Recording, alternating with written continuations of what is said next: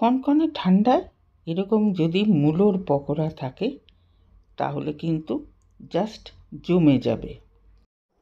এখানে একটা লাল মূলো নিয়ে নিয়েছি।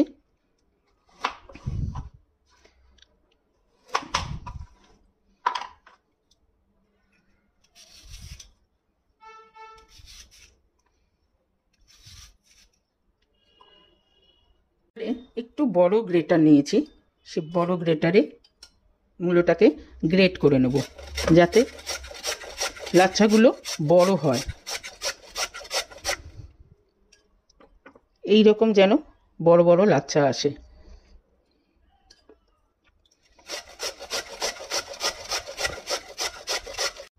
এটার মধ্যে অল্প একটু সল্ট দিয়ে দিলাম, সল্ট দিয়ে মাখিয়ে রাখলাম, তাতে মূলোর যে এক্সট্রা জলটা সেটা কিন্তু বেরিয়ে যাবে। মিনিট 10 নুন মাখিয়ে রেখেছিলাম।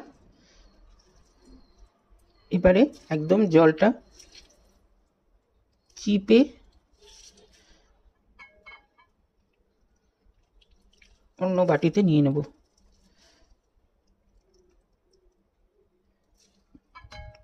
কতটা জল বেরিয়েছে।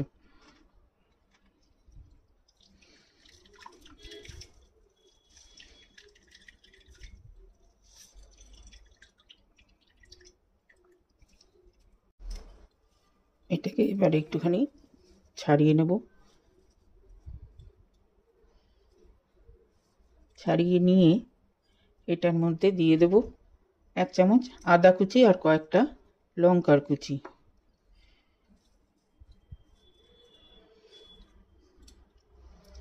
আর কিছু ব্লাঞ্চ করা কড়াইশুঁটি।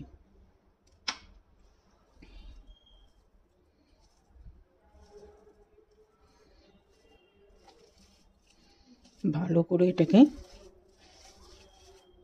চটকে নেব যাতে কড়াইশুঁটিগুলো সবগুলো গলে না যায়, আবার সবগুলো যেন আস্ত না থাকে। দেবো এটাতে অল্প একটু সল্ট, জাস্ট পরিমাণ মতো, কারণ মূলোটা নুনের মধ্যে ভিজিয়েই রেখেছিলাম। দেবো এটাতে ধনে পাতা। বাইন্ডিংয়ের জন্যে এটাতে দেব গোবিন্দভোগ চালের আটা।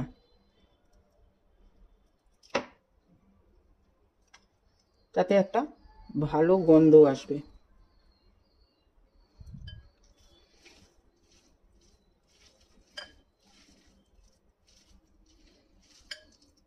যতটুকু লাগবে ঠিক ততটুকুই দেব।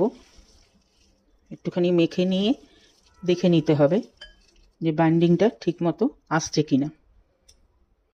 একদম ভালো করে মাখা হয়ে গেছে, এরকম পকোড়ার মতো শেপে চলে আসছে। চালের আটাটা দিলে এটার ক্রিস্পিনেসটা বাড়ে। কড়াইতে তেল দিয়ে দিয়েছি। ছোট ছোট করে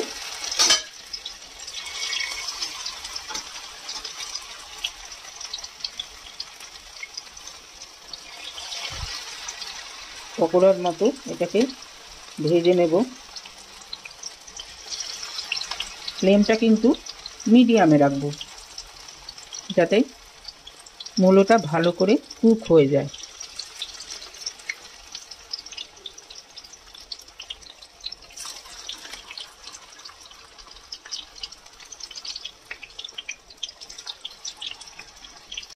একদিকটা খানিকটা হয়ে গেলে এটাকে উল্টে দেবো যাতে দুটো দিকই ভালো করে কুক হয়। ধীরে ধীরে যে কোনো পকোড়াই একটু যদি ধীরে ভাজা হয় তাহলে কিন্তু ভাজাটাও ভালো হয়, ভেতরটাও একদম কুক হয়ে যায়, আর ভালো খুব ক্রিস্পি হয়।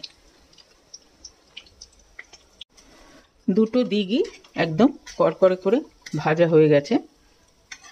এবার এগুলোকে তুলে নেব।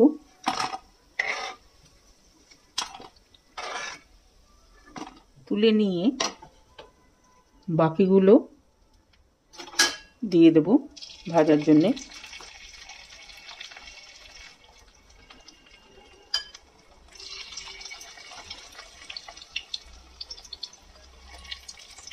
এইরকম মূলোর পকোড়া ডালের পাশে বা স্ন্যাক্স হিসাবেও কিন্তু দারুণ লাগে খেতে। এই মূলোর পকোড়া রেসিপি কেমন লাগলো অবশ্যই কমেন্ট বক্সে জানাবেন। সাথে আমার চ্যানেলটিকে সাবস্ক্রাইব করতে ভুলবেন না।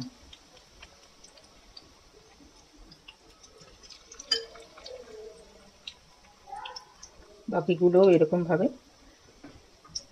একবারেই দিয়ে দেবো।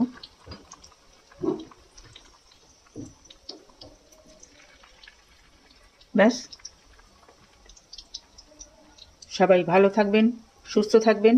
নেক্সট দিন আরেকটা এরকম মজাদার খাবার নিয়ে আসবো। ওকে দেন, বাই।